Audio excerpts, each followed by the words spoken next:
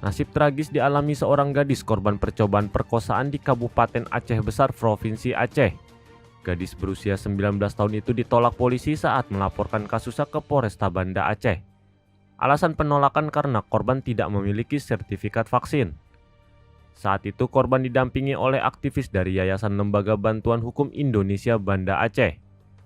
Kepala Operasional Yayasan Lembaga Bantuan Hukum Indonesia Banda Aceh Muhammad Kodrat dalam konferensi pers pada Selasa 19 Oktober 2021 mengatakan meski awalnya sempat tertahan di pintu gerbang Polresta Banda Aceh, korban bersama kuasa hukum dari LBH akhirnya bisa masuk ke dalam halaman Polresta setelah ada 2 anggota LBH yang memiliki sertifikat vaksin. Korban dan kuasa hukum akhirnya bisa menuju ruang sentral pelayanan kepolisian terpadu SPKT. Namun menurut Kodrat, saat di ruang SPKT korban kembali ditanyakan sertifikat vaksin.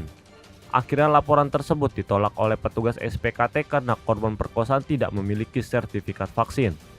Dia menyebutkan alasan korban tidak divaksin lantaran ada penyakit dan korban juga ada surat keterangan dari dokter bahwa tidak bisa divaksin. Namun sayangnya surat keterangan tersebut berada di kampung dan tidak dibawa.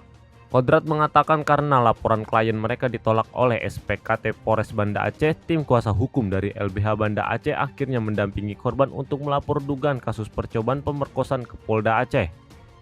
Di sana kata dia korban dan kuasa hukum tidak diminta sertifikat vaksin, tapi laporan korban tidak diterima karena alasan korban tidak mengetahui terduga pelaku. Kodrat menilai tindakan polisi terlalu berlebihan dalam hal menerima laporan masyarakat, apalagi kasus yang dilaporkan cukup serius dan berdampak langsung pada korban. Sementara itu saat dikonfirmasi Kepala Bagian Operasional Polresta Banda Aceh AKP Wahyudi membenarkan adanya masyarakat yang mengadu korban percobaan pemerkosaan datang untuk membuat laporan.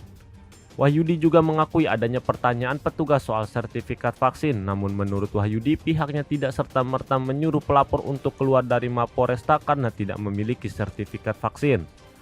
Sebab pada akhirnya petugas juga mengantarkan pelapor ke ruang bagian SPKT.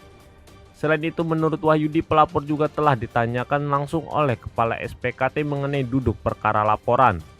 Petugas SPKT juga menanyakan apakah kasus percobaan pemerkosaan itu diketahui oleh kepala desa setempat. Namun Wahyudi juga mengakui bahwa petugas SPKT kembali menanyakan korban atau pelapor soal sertifikat vaksin.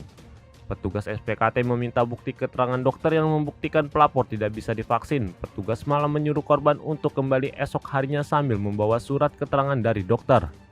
Wahyudi menyampaikan bahwa mulai tanggal 18 Oktober 2021, Polresta Banda Aceh telah memberlakukan penggunaan aplikasi Peduli Lindungi sebagai syarat memasuki Mapolresta.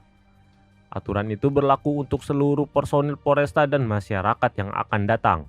Demikian berita update terkini dan nantikan update berita lainnya hanya di kanal YouTube tribunbanten.com. Jangan lupa subscribe, like, komen, dan share.